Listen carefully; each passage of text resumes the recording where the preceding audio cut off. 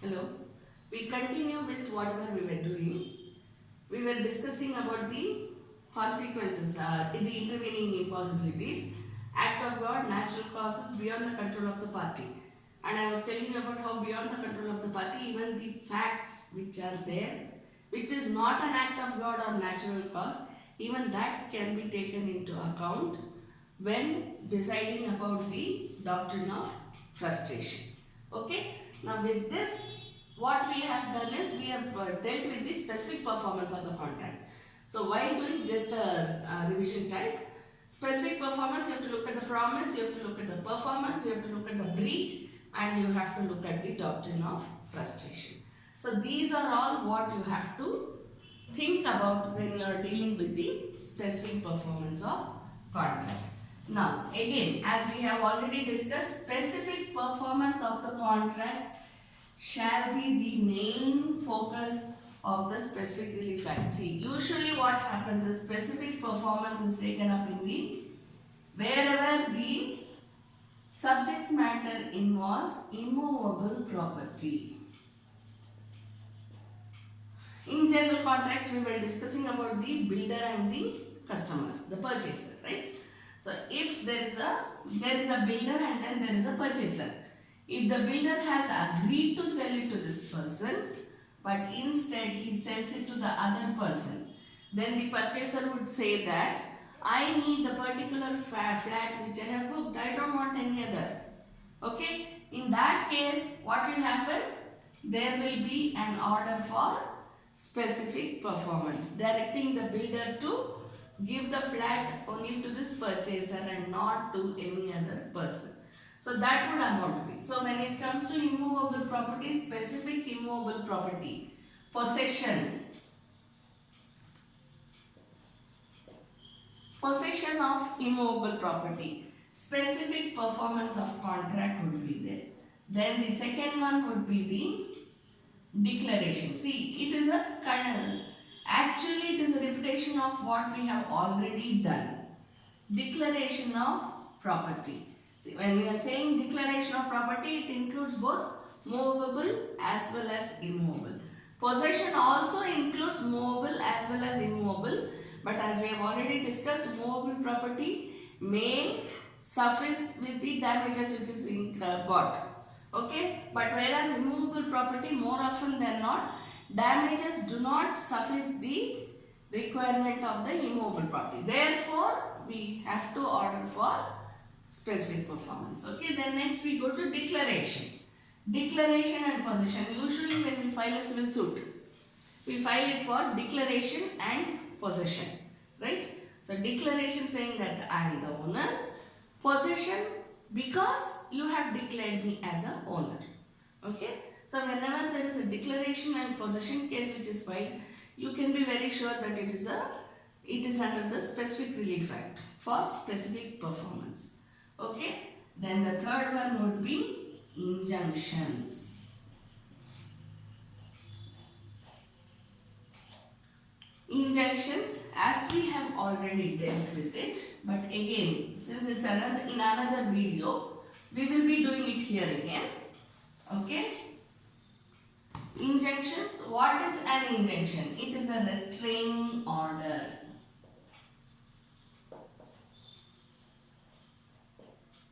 Okay. On the party who is violating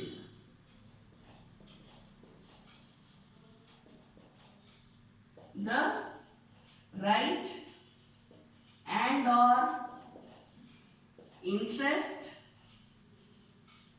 and or title of the other party. Thereby what happens? Thereby incurring liability. See, when you are writing the mains exam, please keep in mind how you should write the mains exam. It is not merely what you read in the bare act that you will be writing in the mains exam. Especially the district judge level exam, you will have more of the case study based questions You will have more of analysis type of questions. So you should be, since you have already practiced, that is their aim. Since you have already practiced for quite a few years, they will give you such questions. How you write your answer is what makes you good enough, okay, for consideration. Clear? Now here when we are talking about that, so when I am writing something also, just keep a watch on how I am writing it, so that it may help you in your mains exam, the way you write your answer. Okay? The restraining order on the party who is violating the right and or interest and or title of the other party. See, if it is specifically given in your question, the right has been violated. So what you will write? You will write only the right. You will not write interest, title and all that. But where there is a general scenario which is given, case study, and then you have to write everything, what would you do in this? Please explain. If such a question is there, then you have to write right and or title or interest, or whichever of the combinations is given in the question. Understand? Sometimes it will not even be a direct question like so and so has a right and interest of this nature. It will not be like that, right? The person will, how the question will be, A, party A is the legal heir to party B, and hence this suit for partition. If that is the case, then you have to know that there is a right, there is an interest, there is a title which is yet to be conferred on the party. Understand? So there is already an existing right and interest, only the title has to be conferred on the party. That's it, being a co-partner. This is how you have to analyze the questions which come up before you. Clear? Because you cannot always expect direct questions everywhere. That is the reason. Okay? Now, right and or title and or interest of the other party, thereby incurring the liability. In this case, injunction may be passed. Now, we will go to what is a restraining order. It is not the ultimate order. It may be an interim order, or it may be the final order. Okay. Now, when we say interim order, final order, we have the types of injunctions which may be given. Temporary, permanent, mandatory. Temporary, permanent, mandatory. These are the types of injunctions which may be given. So, temporary injunction is for what? It is for a temporary period of time. It's for a short period of time. Now, how short it can be depends upon the discretionary power of the court. Usually, how do we determine temporary injunction is, for every date of hearing, the temporary injunction is renewed. Okay? So, when we are saying about temporary injunction, it is for a short period of time. When it is about permanent injunction, say for example, where there is an encroachment. Okay? So, what would the court do? The court would order for permanent injunction, saying that you can never encroach upon the other person's property. So, there will be a permanent injunction in order to curb the encroachment. See, for example, this is a Bangalore based institute, okay? So, in Bangalore, we have lots of cases about the encroachment on lake beds, okay? We have quite a few cases, quite a lot of cases. Encroachment on the lake beds. Now, when it comes to encroachment on the lake beds, some of them are being demolished, but not all are being demolished due to the circumstances. Okay, there are many families living and all this, so the consideration is there. So, there is a certain buffer zone which has been kept as a buffer, so that those who are already living in a particular area, they can continue living there, but it should not come further to that. So, a particular buffer zone has been kept there. Okay, so in case anyone needs to encroach upon that buffer zone, they cannot. If at all there has been some tent has been put up in the lake bed area, which is the buffer zone there, then there may be a permanent injunction, order for permanent injunction saying that you should not enter the buffer zone.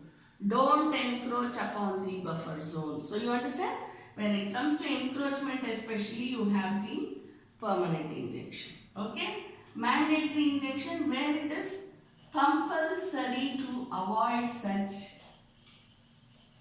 activities. Again, you take up the case of encroachment. This is the best example for injunctions. Okay? So, permanent and mandatory injunction when it comes to encroachment. Even for conducting strikes or protests before certain offices, even in those matters, we have injunction cases. Okay, for example, if a group of people are protesting against an office and they go outside the office and they stand near the office and they start protesting, then an injunction order can be passed against them saying that you shall forthwith from now onwards, that is okay, you shall not conduct such protest from now onwards outside the office. So such mandatory and permanent injunctions may also be passed. Clear? Next we go to the cancellation of instruments. Same, specific performance is the heading. We go to the cancellation of instruments.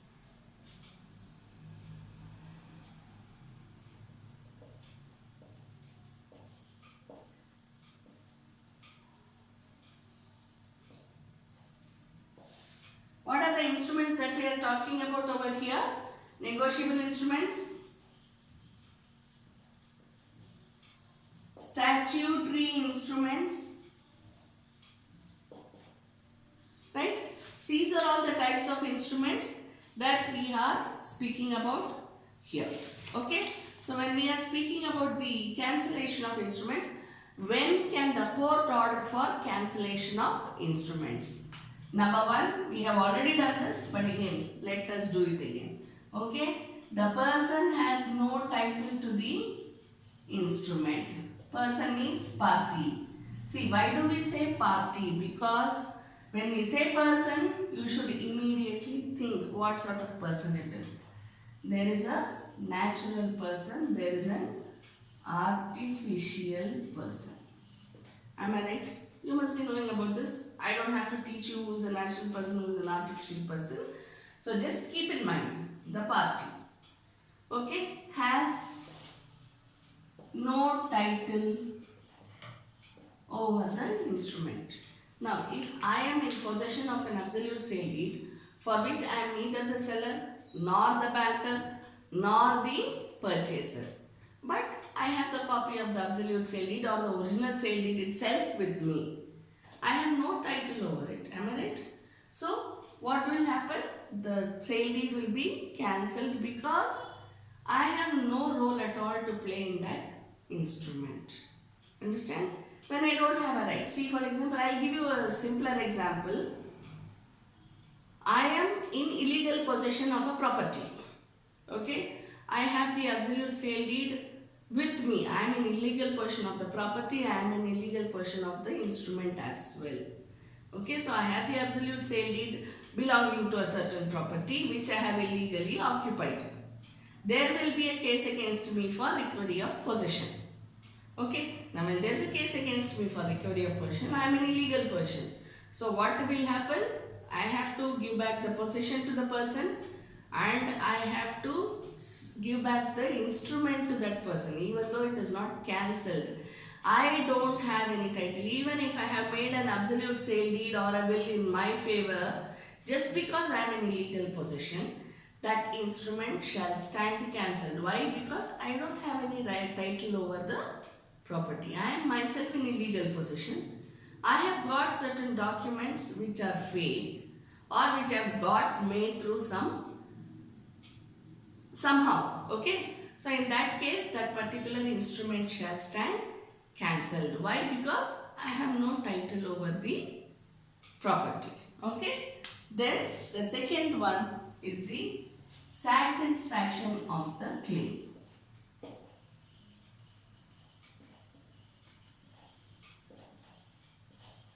See, when we are talking about this particular thing where the person has no title, you can even refer to the Sale of Goods Act.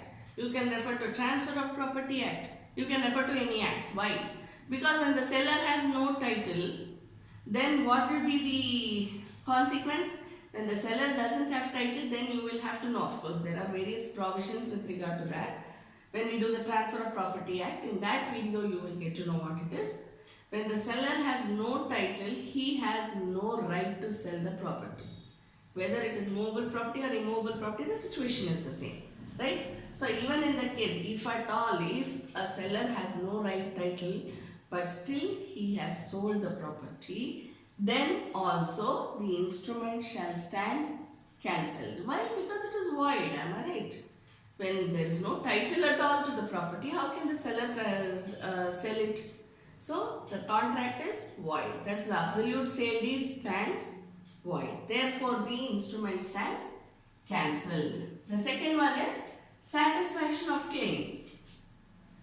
Sometime back I was telling you, if I have already repaid the loan, but the bank has used the checks which I have given, then I can ask for cancellation of instruments. Whatever are the checks that I have given to the bank, I can ask the court to kindly direct the bank to give back the instruments. Otherwise, the court will order for cancellation, saying that the satisfied claim has been satisfied, duly satisfied.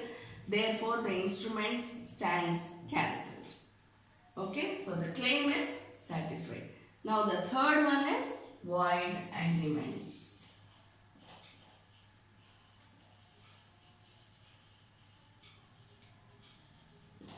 What are void agreements? Agreements which are void in law, right? So which are against the country, against public interest, national interest, where there is no right title or interest. You have so many things. Whichever is not valid agreement is a void agreement. It can be a voidable agreement. It can be a void agreement. Anything which comes under the category of void stands as a void agreement. So these void agreements become, they are cancelled by the court of law. Okay. Now let me give you a simple example. We will take for example the same one over here. Seller has no title. Therefore the absolute sale deed selling the property becomes void in law. Simple, right? So such an instrument gets cancelled. Clear?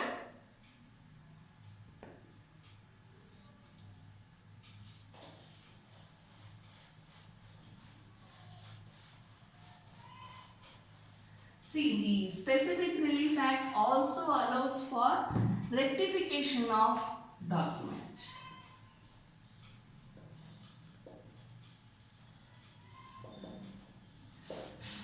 Rectification of instruments.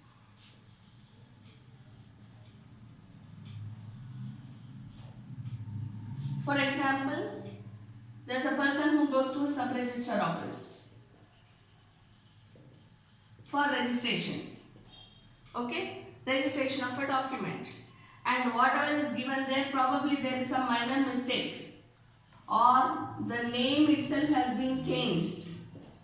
Okay, name of either party has been changed, or there is some other minor mistake, or there is a mistake in the amount which has been declared there, or the property details declared there, anything like that. Then we have to apply to the sub-registrar for rectification of the document.